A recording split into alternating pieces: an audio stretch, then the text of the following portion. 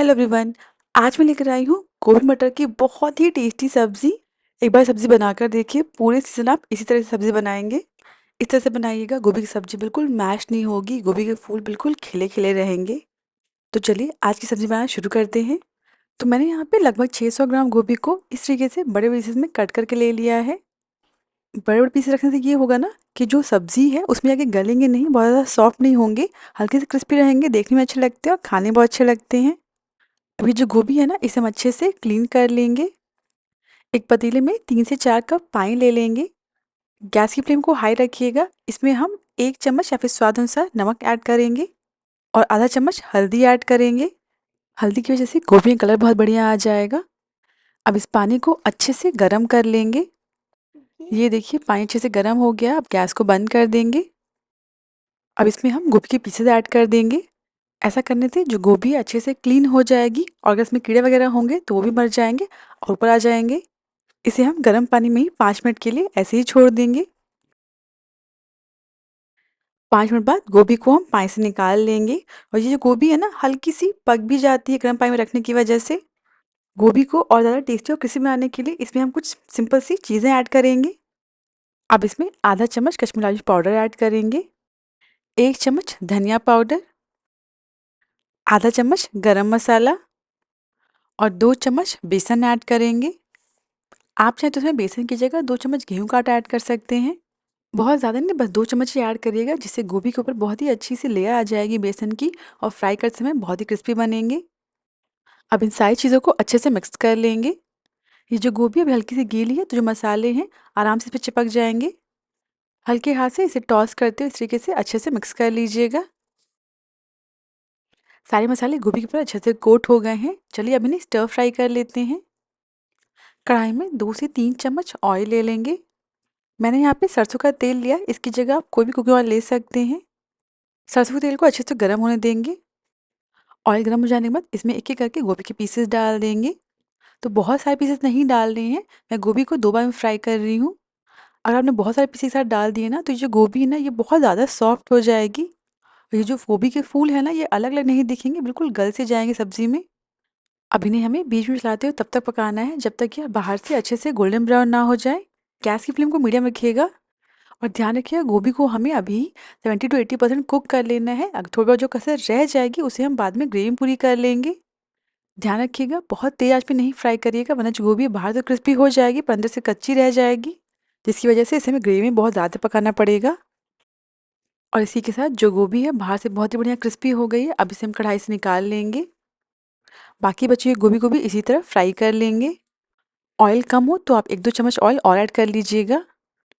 इसी के साथ सारे गोभी अच्छे से फ्राई हो गए। अब फटाफट से इनकी ग्रेवी बना लेते हैं। सेम कढ़ाई में थोड़ा सा ऑयल और ऐड कर देंगे और ऑयल को अच्छे से गर्म होने देंगे। ऑयल गर्म हो जाने के बाद इसमें 1 तेज पत्ता, 2 लौंग, 1 इंच दालचीनी, 5 से 6 काली मिर्च, 2 हरी इलायची और 1 चम्मच जीरा ऐड करेंगे। अब इसमें 2 बारीक कटा हुआ प्याज ऐड करेंगे। प्याज को हमें तब तक पकाना है जब तक ये जो प्याज है हल्के ब्राउन ना हो जाएं। बीच बीच में चलाते रहिएगा ताकि जो प्याज है हर तरफ से अच्छे से ब्राउन हो जाएं।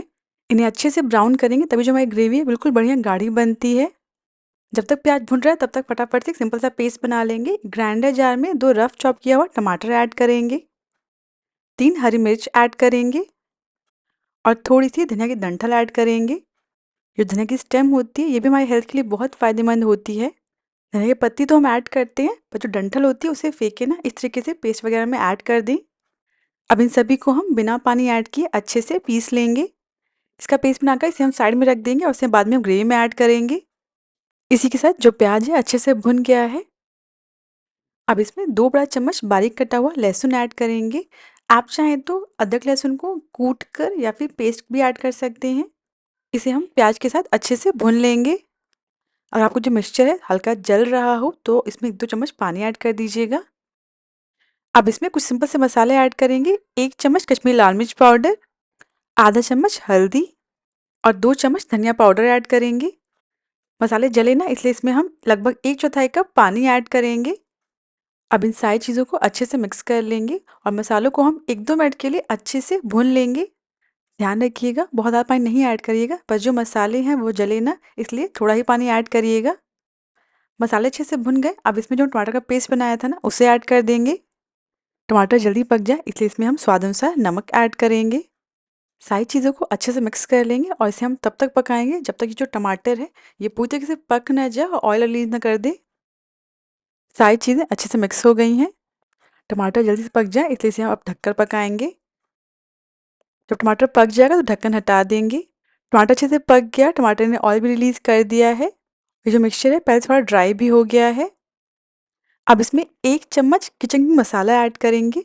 हो तो ज़रूर ऐड करें, ना हो तो स्किप कर दें। इससे सब्जी में टेस्ट बहुत अच्छा आ जाएगा। मसाले को अच्छे से मिक्स कर लेंगे और इन्हें बस 1 मिनट के लिए हम भून लेंगे। अब इसमें 3/4 कप हरा मटर ऐड करेंगे। तो मैंने यहाँ पे फ्रोज़न मटर लिया है। आपके पास फ्रेश मटर हो तो आप उसे ऐड कर सकते हैं। फ्रेश मटर को बस पानी में थोड़ी देर के लिए उबाल लीजिएगा। तो आधे हरे मटर को गर्म पानी में इतना ही पकाइएगा जिससे ये आधे पक जाएँ। यहाँ मैंने फ्रोज़न मटर लिया है, ये बहुत जल्दी पक जाते हैं। इन्हें हम मसाले के साथ 2 से 3 मिनट के लिए अच्छे से भून लेंगे। मटर को अच्छे से भूनने के बाद अब इसमें हम पानी ऐड करेंगे। पानी अपने हिसाब से ऐड करिएगा। मैं इस सब्ज़ी को थोड़ा ड्राई रख रही हूँ तो मैंने कम पानी ऐड किया है। अगर आपको ग्रेवी चाहिए तो आप थोड़ा ज़्यादा पानी ऐड कर लीजिएगा। पानी अच्छे से मिक्स करने के बाद अब इसमें हम एक उबाल आने का वेट करेंगे। इसे हम ढक देंगे ताकि इसमें जल्दी उबाल आ जाए। और इसी के साथ ग्रेवी में उबाल आ गया, अब ढक्कन हटा देंगे। एक बार इसे चला लेंगे। ये जो हमारा मसाला है अच्छे से पक गया है और बहुत ही अच्छा लगता है ये मसाला। अब इसमें हमारी स्टर फ्राई की हुई गोभी ऐड करेंगे। जो हमारी गोभी है पूरी तरीके से पकी नहीं है, इसे हमने 70% कुक किया है। अब इसे हम ग्रेवी के साथ अच्छे से पूरा पका लेंगे। गोभी को मसाले के साथ अच्छे से मिक्स कर लेंगे। गोभी मिक्स करने के बाद अगर आपको लगे थोड़ा ड्राई लग रहा है आपको मिक्सचर, तो इसमें आप थोड़ा गर्म पानी ऐड कर लीजिएगा। सारी चीज़ें अच्छे से मिक्स करने के बाद अब इसे हम 8 से 10 मिनट के लिए लो फ्लेम पर ढककर पकाएंगे जिससे जो गोभी है ना वो अच्छे से पक जाए। ढकने के बाद भी इसे बीच-बीच में 1-2 बार चलाते रहिएगा। अब ढक्कन हटा देंगे। इसी के साथ जो गोभी है अच्छे से पक गई है। मुझे सब्ज़ी थोड़ी ड्राई लग रही थी इसलिए मैंने इसमें 1/4 कप थोड़ा पानी ऐड किया था। ध्यान रखिएगा जो सब्ज़ी है तले से जले ना। अब इसमें हम 1 चम्मच कसूरी मेथी ऐड करेंगे और बारीक कटी हुई धनिया की पत्ती ऐड करेंगे। इन सभी को अच्छे से मिक्स कर लेंगे। अगर आप सब्ज़ी को थोड़ा स्पाइसी बनाना चाहते हैं तो इस समय इसमें 1 चम्मच गरम मसाला भी ऐड कर सकते हैं। और जो हमारी गोभी मटर की सब्ज़ी है बिल्कुल रेडी है। आप देख सकते हैं जो गोभी है वो अच्छे से पक भी गए और उसके फूल भी अलग-अलग अच्छे से दिख रहे हैं।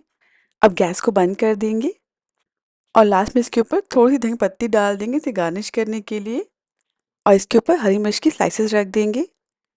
एक बार बनाकर देखिए सब्ज़ी, आपको बहुत पसंद आएगी। अगर आपको रेसिपी पसंद आई हो तो प्लीज़ मेरे चैनल को सब्सक्राइब करना ना भूलें।